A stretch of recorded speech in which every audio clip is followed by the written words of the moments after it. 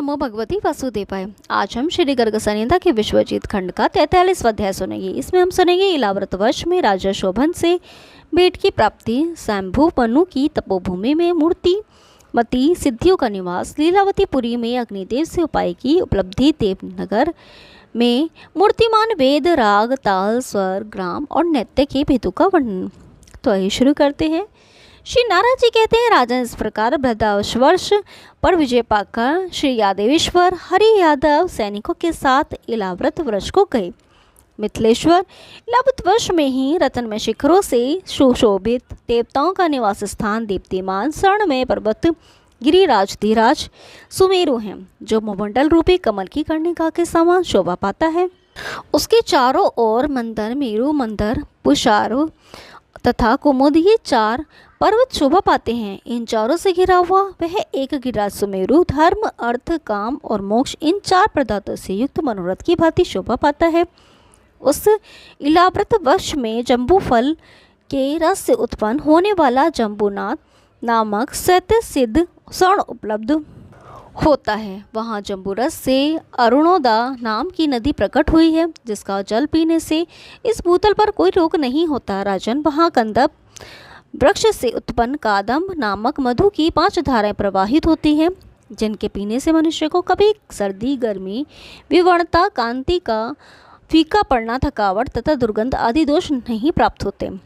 उन मधुधाराओं से कामपूरक नद प्रकट हुए हैं, जो मनुष्यों की इच्छा के अनुसार रत्न, अन्न, वस्त्र, सुंदर आभूषण, शैया तथा आसन आदि जो जो दिव्य फल हैं उन सबको अर्पित करते हैं। इसी प्रकार वहाँ सुप्रसिद्ध उधरवन है, जहाँ भगवान संकर्षण विराजते हैं, जिस वन में भगवान शिव सत्य अपनी प्रेयसियों की साथ रमण करती हैं तथा जिसमें गए हुए पुरुष तत्काल स्त्री रूप में परिणत हो जाते हैं। स्वर्ण में कमल, शीतल वसंत वायु, केसर के वृक्ष, लवन लताओं के समूह तथा देव वृक्षों की सुगंध के सेवन से मदानंद, भ्रमर, ये सब इलाव्रत वर्ष की अत्यंत शोभा बढ़ाते हैं। वैदुरमणि के अंकुरों से विचित्र लगने वाली वहाँ की मनोहर स्वर्णमयी भूमि को देखते हुए भगवान श्री हरि ने अलंकार मंडित देवताओं से पूर्ण इलाव्रत वृक्ष को जीतकर वहाँ से भेंट ग्रहण की।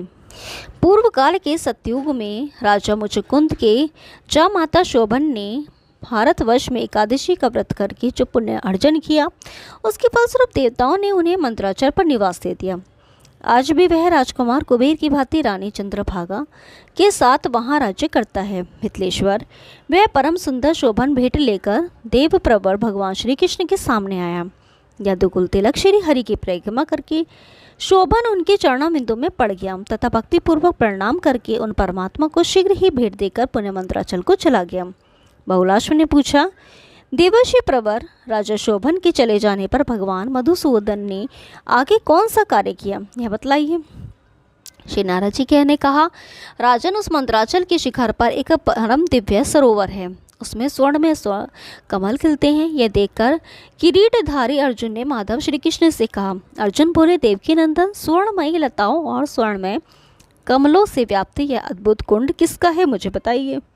श्री भगवान ने कहा, स्वयंभू मनु के कुल में उत्पन्न आदि राजा धीराज पृथु ने यहाँ दिव्य तप किया था, उन्हीं का यह अद्भुत दिव्य कुंड है। पार्थ, इसका जल पीकर मनुष्य सब पापों से मुक्त हो जाता है तथा इसमें स्नान करके निरेतर प्राणी भी मेरे परमधाम में पहुंच जाता है। श्री नारद जी कहते हैं, राजन, यही साक्षात भगवान ने तपोभूमि में पदार्पण किया, जहाँ सदा 8 सिद्धियाँ मूर्तिमती होकर नृत्य करती हैं। उन सिद्धियों को देखकर उद्धव ने सनातन भगवान से पूछा। उद्धव बोले, भगवान, मंत्राचल के समीप यह सुंदर तपोभूमि किसकी है?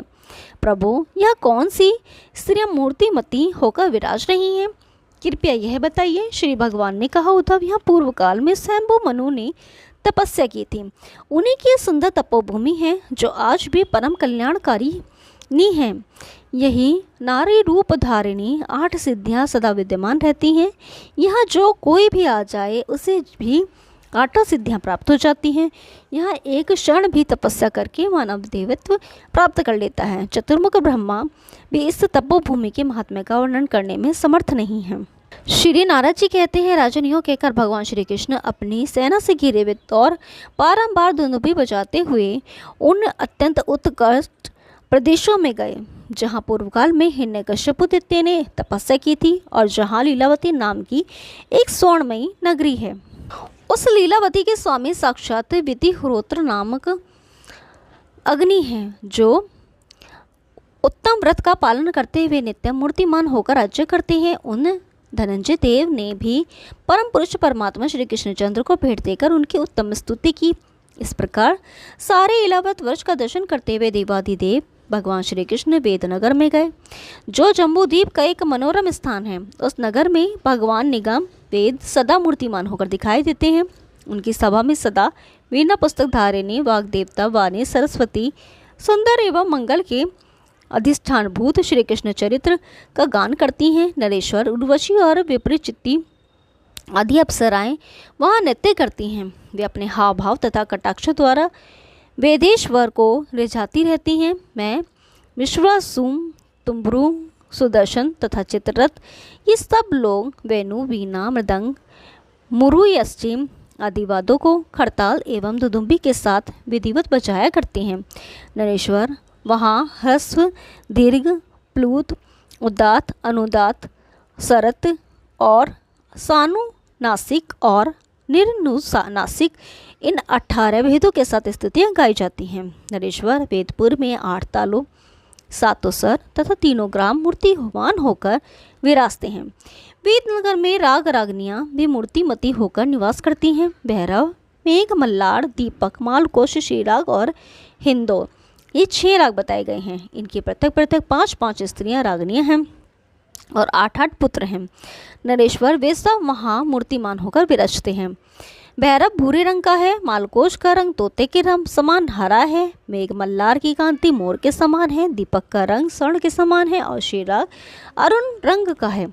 मिथिलेश्वर हिंदोल का रंग दिव्यहांस के समान शोभा पाता है। बहुलाश्व ने पूछा, मुनि श्रेष्ठ ताल, सर, ग्राम और नृत्य इनके कितने कितने भेद हैं? इन सब का नामोल्लेख पूर्वक वर्णन कीजिए। श्री नारद जी ने कहा, राजन, रूपक, चंचरिक, परमठ, विराट का मठ, मल्लक, झटित और जुटा ये 8 ताल हैं। राजन, निषाद, ऋषभ, गांधार, षणज, मध्यम, धैवत तथा पंचम ये 7 स्वर कहे गए हैं। माधुर्य, गांधार और धौर्य ये 3 ग्राम माने गए हैं। रास, तांडव, नाट्य, गांधर्व, किन्नर, वेदाधर, गोहक तथा अप्सरस ये नृत्य के 8 भेद हैं। ये सभी 10-10 हाव भाव और अनुभवों के युक्त हैं। स्वरों का बोध कराने वाला पद सा रे ग म प ध नी इस प्रकार हैं। राजन, ये सब तुम्हें मैंने बताया, अब और क्या सुनना चाहते हो? ओम नमो भगवते वासुदेवाय। कल 44वां अध्याय सुनेंगे, तब तक के लिए नमस्कार।